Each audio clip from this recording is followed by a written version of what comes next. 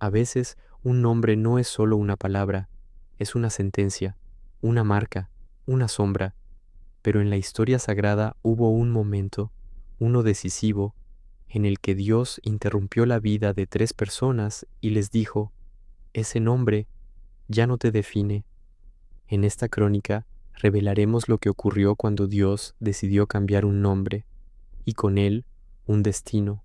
En las áridas tierras de Ur de los Caldeos, un hombre llamado Abram escuchó un llamado que cambiaría la historia de la humanidad. Su nombre, que significaba Padre enaltecido, reflejaba una aspiración, pero no su realidad. Él y su esposa, Sarai, no tenían hijos. La promesa de Dios de hacer de él una gran nación parecía una ironía cruel, pero la fe de Abraham trascendía la lógica. Dejó todo atrás, su tierra, su parentela, y se embarcó en un viaje hacia lo desconocido, guiado solo por una voz divina. Pasaron años, décadas. La promesa parecía desvanecerse con cada amanecer. Abraham ya no era un joven, el tiempo se agotaba. Imaginen la duda susurrándole al oído, la risa de los escépticos, el peso de una promesa incumplida. Pero en el corazón de Abraham, una chispa de esperanza se negaba a extinguirse. Fue en ese momento de máxima tensión, cuando la lógica humana gritaba imposible, que Dios intervino de nuevo. No le dio solo una reafirmación, le dio una nueva identidad. Ya no te llamarás Abraham, le dijo Dios, sino que tu nombre será Abraham, porque te he puesto por padre de muchedumbre de gentes. Abraham, padre de multitudes. Ya no era una aspiración, era una declaración divina. El cambio de nombre fue un sello, una garantía. Dios no solo estaba prometiendo un futuro, estaba reescribiendo su presente. A Sarai, cuyo nombre podía significar mi princesa, en un sentido posesivo, también le fue dado un nuevo nombre, Sara, que significa princesa para todas las naciones. Su identidad ya no estaba atada a Abraham, sino a la promesa universal. De ella nacerían reyes y pueblos. Este cambio no fue un mero acto simbólico, fue un acto de creación. Dios estaba llamando a las cosas que no son como si fuesen, estaba declarando a un hombre anciano y a una mujer estéril los progenitores de una multitud incontable. Y un año después, contra toda probabilidad, nació Isaac. El nombre de Abraham dejó de ser una promesa futura para convertirse en una realidad palpable. Siglos más tarde, encontramos a otro hombre en una lucha desesperada, Jacob, cuyo nombre significa el que suplanta o engañador. Su vida había sido una confirmación de su nombre. Engañó a su hermano Esaú, huyó de su casa y vivió una vida de astucia y manipulación, siempre luchando, siempre tomando las cosas por su propia mano. Su historia es un torbellino de conflictos familiares, engaños y una profunda sensación de no pertenencia. Jacob era un hombre fracturado, huyendo de su pasado y temeroso de su futuro. Una noche, en un lugar llamado Peniel, Jacob se encontró solo. Estaba a punto de reencontrarse con el hermano al que había traicionado, y el miedo lo consumía. En esa oscuridad, en la hora más vulnerable, un hombre misterioso apareció y luchó con él hasta el amanecer. La lucha fue física, pero representaba la batalla interna que Jacob había librado toda su vida, una lucha contra sí mismo, contra su destino, contra Dios. Cuando el alba despuntaba, Jacob, aunque herido en la cadera, no soltó a su adversario. «No te dejaré, si no me bendices», exclamó.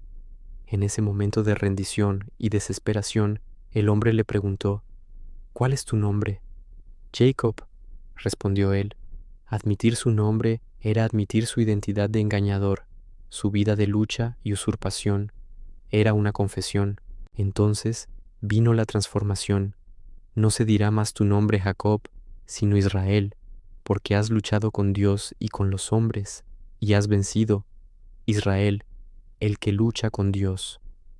Este nuevo nombre no borraba su pasado de lucha, sino que lo redimía.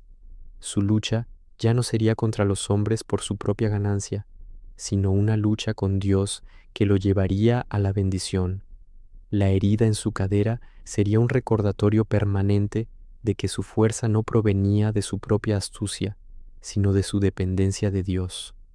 Jacob cojeó el resto de su vida, pero caminó con una nueva identidad. Dejó de ser el suplantador para convertirse en el príncipe de Dios, padre de las 12 tribus que formarían una nación. Avancemos en el tiempo, hasta la era de la gracia. Encontramos a un hombre impetuoso, un pescador de Galilea llamado Simón. Su nombre, común y corriente, significaba el que oye, y ciertamente Simón oyó el llamado de un joven rabino llamado Jesús y lo dejó todo para seguirle. Simón era impulsivo, apasionado, propenso a hablar sin pensar y a actuar con una audacia que a menudo terminaba en fracaso. Era el primero en profesar su fe y a veces el primero en dudar. En un momento crucial, cerca de Cesarea de Filipo, Jesús preguntó a sus discípulos: ¿Quién decís que soy yo? Mientras los demás vacilaban, ofreciendo las opiniones populares, Simón dio un paso al frente. Inspirado por una revelación divina, declaró: Tú eres el Cristo, el Hijo del Dios viviente. Esa confesión no nació de su intelecto ni de su impulsividad, sino del cielo mismo. En respuesta a esta revelación, Jesús lo miró y le dio una nueva identidad. Bienaventurado eres, Simón, hijo de Jonás, y yo también te digo que tú eres Pedro, y sobre esta roca edificaré mi iglesia. Pedro, Petros, en griego, una roca. Jesús no solo elogió su fe, sino que redefinió su carácter. Vio en el inestable Simón el potencial de una roca firme.